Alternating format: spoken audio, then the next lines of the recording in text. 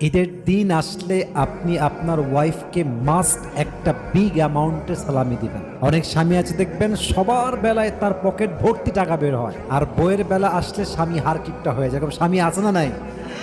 আমার মনে হয় যেই স্বামী তার বউকে ঈদের দিন সালামি দিতে পারে না তার মতো ফকিন্নি আর কেউ হতে পারে না, ঠিক কিনা বলে? অনেক স্বামী আছে দেখবেন 200 টাকা 500 টাকা সালামি দেয়। আমার মনে হয় যে ঈদের দিন প্রত্যেকটা স্ত্রীর জন্য সর্বনিম্ন ঈদ সালামি হওয়া দরকার 1000 টাকা, ঠিক না? এখন আপনার স্বামীর যদি সামর্থ্য থাকে, অবশ্যই স্বামীর উচিত তার ওয়াইফকে এটা বলা যে জান তোমার কতটুকু ঈদ সালামি লাগবে আমাকে জাস্ট সংখ্যা বলো। তুমি আমার বিশ্বাস রেখেছো, তুমি আমার বাচ্চার মা, তুমি আমার লাইফের সব কিছু, তোমার যতটুকু লাগে জাস্ট সংখ্যা বলো। তোমার যা লাগবে আমার সামর্থ্য অনুযায়ী আমি অবশ্যই দেওয়ার চেষ্টা করব, ঠিক কিনা বলে? আল্লাহ প্রত্যেকটা স্বামীকে আমল করার তৌফিক দান করুক। পড়েন সবাই আমিন।